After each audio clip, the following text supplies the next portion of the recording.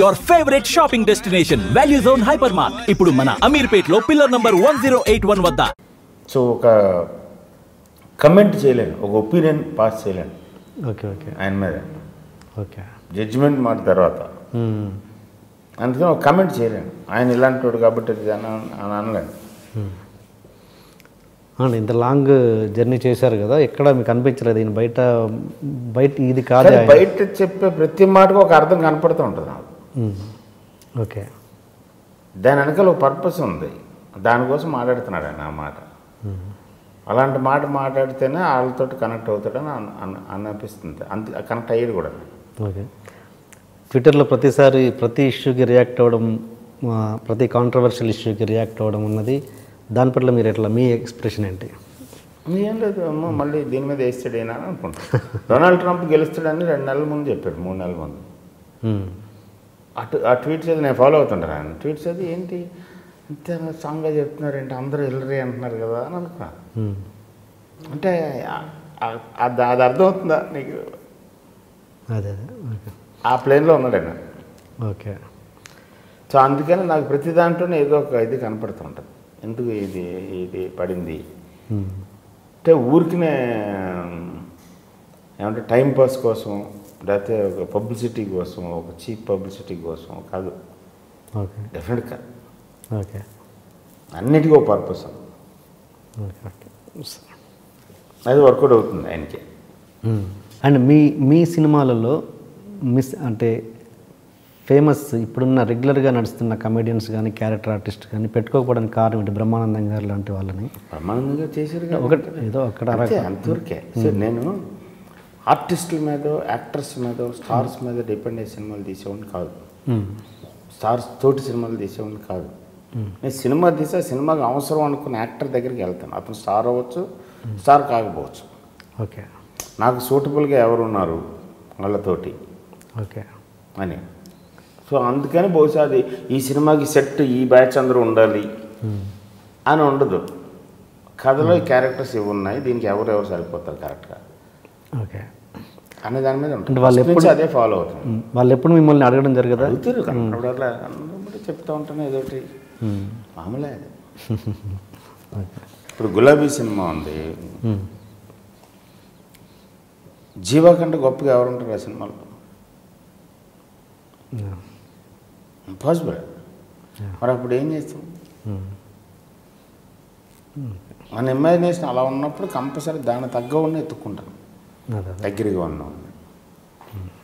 అంటే ఈ ఆర్టిస్టులకి డైరెక్టర్లకి మధ్య చిన్న చిన్న విభేదాలు రావడం, సపోజ్ మీకు కోట గారితో వచ్చినట్టుగా ప్రకాష్ రాజ్కి సీను వైట్ల గారికి ఆ మధ్య వచ్చింది, ఇలాంటివి అంటే ఎందుకు వచ్చినా కూడా లోపలనే ఎందుకు సర్దుకోకుండా? బేసిక్గా మీరు ఇందాక మనం ఫస్ట్ దీని మీటింగ్ ముందు మాట్లాడుకున్నట్టుగా సినిమా మీద ఫోకస్ ఎక్కువ ఉంది, కాన్సన్ట్రేషన్ ఎక్కువ ఉంది. It's a public property. The whole industry and films are public property, or at least people think so. And ఆ ఫ్యాసినేషను, ఆ గ్లామరు, ఆ ఫోకస్, కాన్సన్ట్రేషను, క్యూరియాసిటీ అందరికీ ఉంది కాబట్టి అక్కడ జరుగుతున్న ప్రతి విషయం మ్యాగ్నిఫైగా కనపడుతుంది. ఇది first thing. Second thing, within this is an industry which manufactures, sells and buys emotions. So it's a industry of emotions. ఆ ఎమోషన్స్ డీల్ చేయడానికి ఫిజికల్ స్కిల్ కంటే కూడా emotional skill, emotional attachment, emotional connection ఉండాలి. So ఆటోమేటిక్గా ఒక sensitivity develop అవుతుంది. Whoever is that, it's not just actors, whoever is in the film field, they're all to be like little more sensitive than the regular people. అప్పుడే ఆ drive వస్తుంది. So వాళ్ళ దగ్గర ఎమోషన్స్తో పాటు మిగతా అవి కూడా డెవలప్ అయిపోతాయి వాళ్ళ సంస్కారాన్ని బట్టి.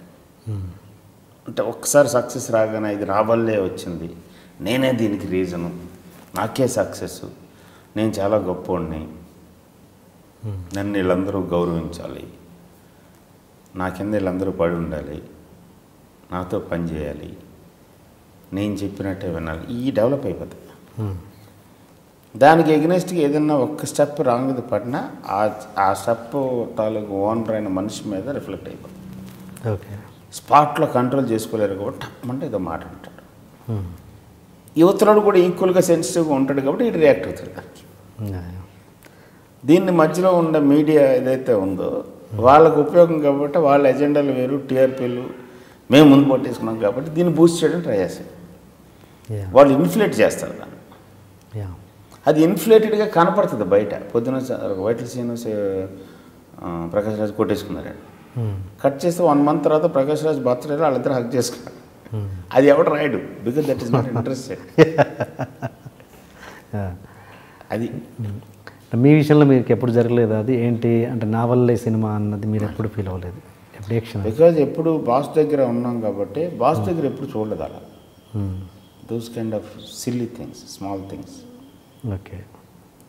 శివ లాంటి ఒక పాత్ బ్రేకింగ్ ఫిలింకి డైరెక్టర్ అయినా సరే శివ చేస్తున్నప్పుడు ఎలా ఉన్నాడు అలాగే ఉన్నాడు. ఓకే. దాన్ని ఒంటి మీదకి ఎక్కించుకోలేదు, మైండ్లోకి ఎక్కించుకోలేదు.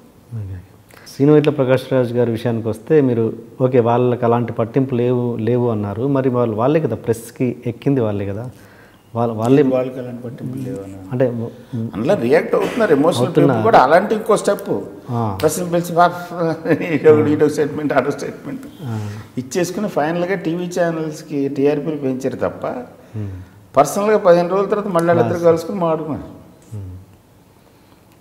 ఓకే.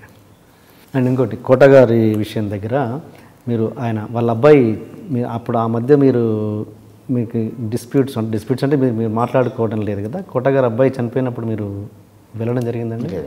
లేదు. నేను ఎవరు చచ్చిపోయినా సరే వాళ్ళు. ఆవుతి ప్రసాద్ నాకు చాలా ఆత్మీయుడు. ఆవుతి ప్రసాద్ చచ్చిపోయినప్పుడు కూడా ఎంఎస్ నారాయణ అంటే నాకు విపరీతమైన ఇష్టం, ఆత్మీయమైన ఇష్టం. ఆయన చచ్చిపోయినప్పుడు కూడా వెళ్ళలేదు. ఏంటి దాని? ఎందుకంటే నేను ఎవరైనా చచ్చిపోయారని అనుకుంటే ఆ సైట్ని చూడటానికి ఇష్టపడను. వాడు వెగిత జీవిలాగా నిస్సహాయుడిలాగా ప్రాణం పోయిన పరిస్థితుల్లో నాకు గుర్తుండే నవ్వుతున్నది, నా హ్యాపీగా నా ఎనర్జెటిక్గా ఉన్నది, తిరుగుతున్నది, నన్ను వచ్చి పట్టుకున్నది, మాట్లాడుతుంది, అదే గుర్తుంచుకోవాలనుకుంటాను.